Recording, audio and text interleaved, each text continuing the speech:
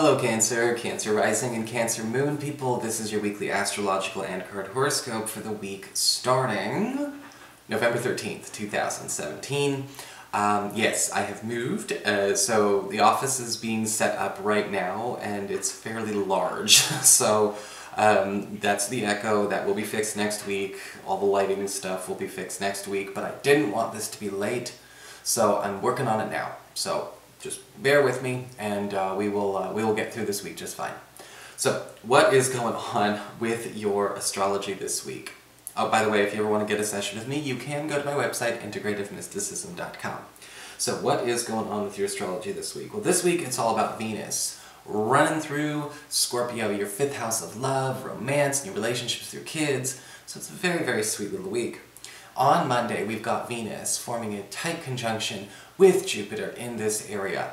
And there is a big gift for everybody with this. Usually when we have Venus conjunct Jupiter, there's usually some kind of, whether it's an expensive gift, or a gift of time, or a gift of perhaps an activity, an event, some kind of experience that's coming through that's, either going to be lucrative or it costs a lot of money and it's just being handed out to you.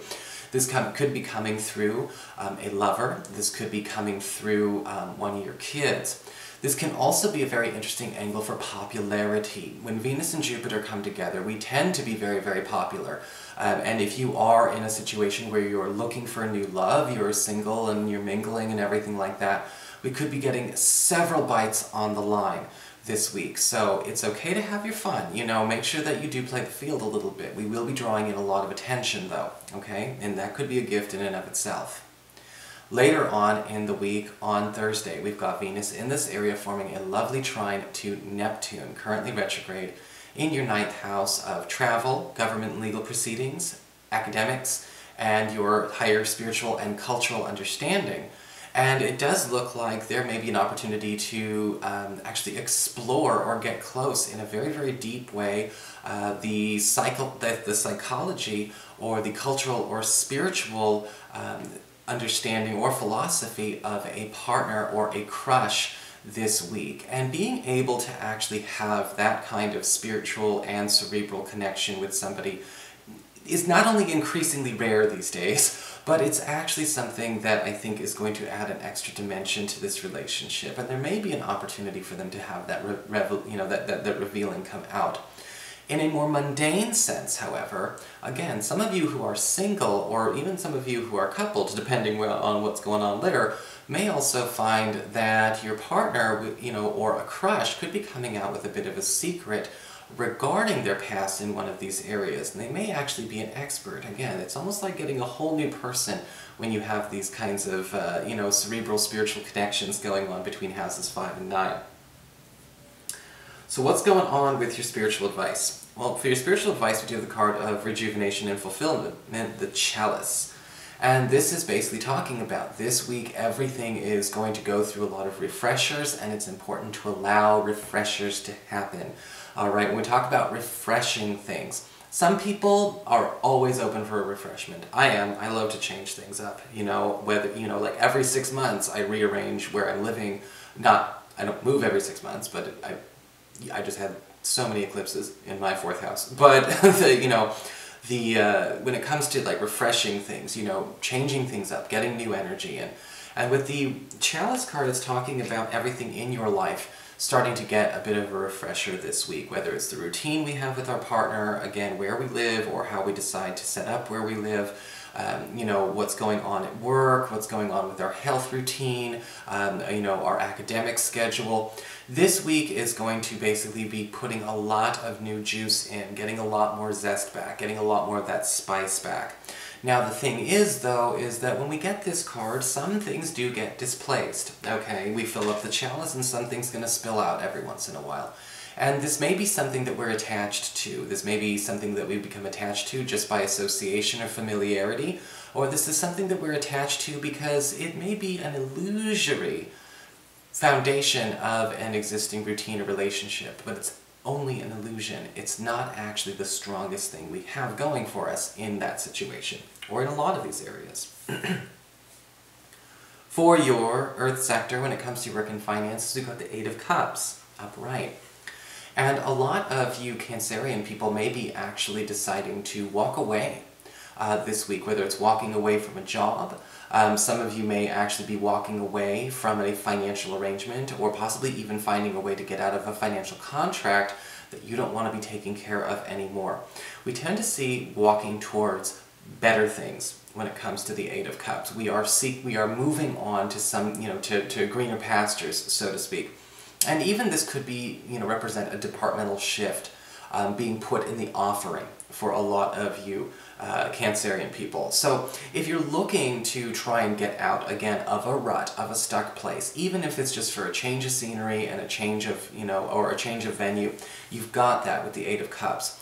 The interesting thing with the Eight of Cups as well is that we are leaving behind something that has overstayed its welcome. This could indicate a person, a client, or again, even somebody that we work with, a coworker or a subordinate that we can't stand to be around. Either way, we usually in the leaving with the Eight of Cups upright, we do actually, again, move on to an improved environment. So, just be happy for that. Moving on to bigger and better things. For your communications with air, when it comes to your friends, your relatives, and the others in your life, we've got the Hangman upright. And this card can indicate, when it comes to friends and it comes to relatives and things like that, there could be somebody quitting. Now, when I say quitting, I'm not saying quitting the family, or quitting the friendship.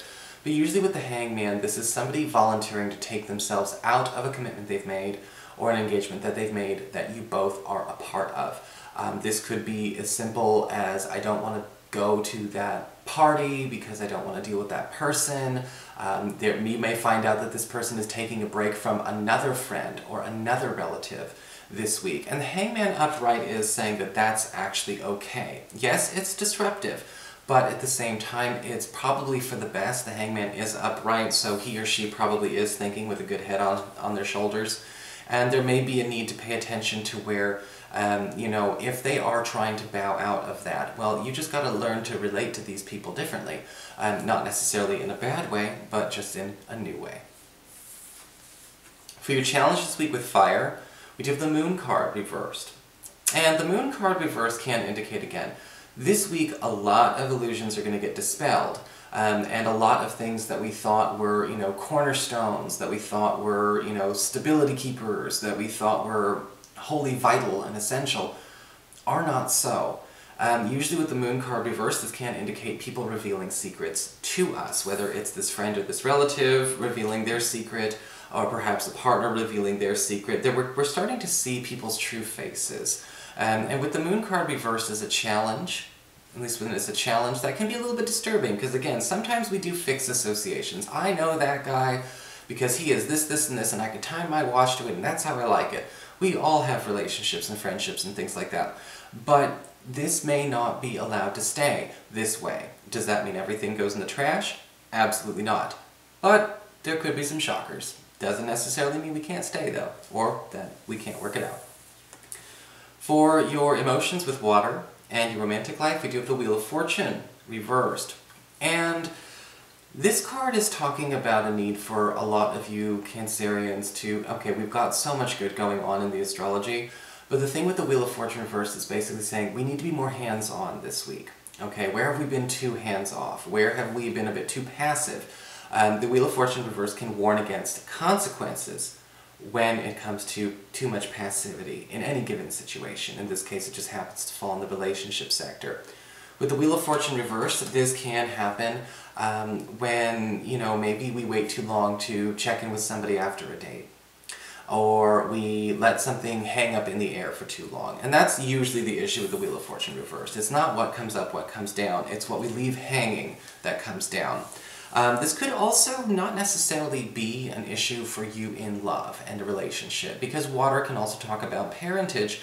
We could be actually seeing a situation where you and a partner have to clear up an issue for a child that you have together, or even if it's an ex-partner, you may still have to clear up an issue with a child that you share due to his or her own leaving it up in the air for too long. So unfortunately, there could be some frustrations going on this week. So again, stay hands-on. Everything else should be okay.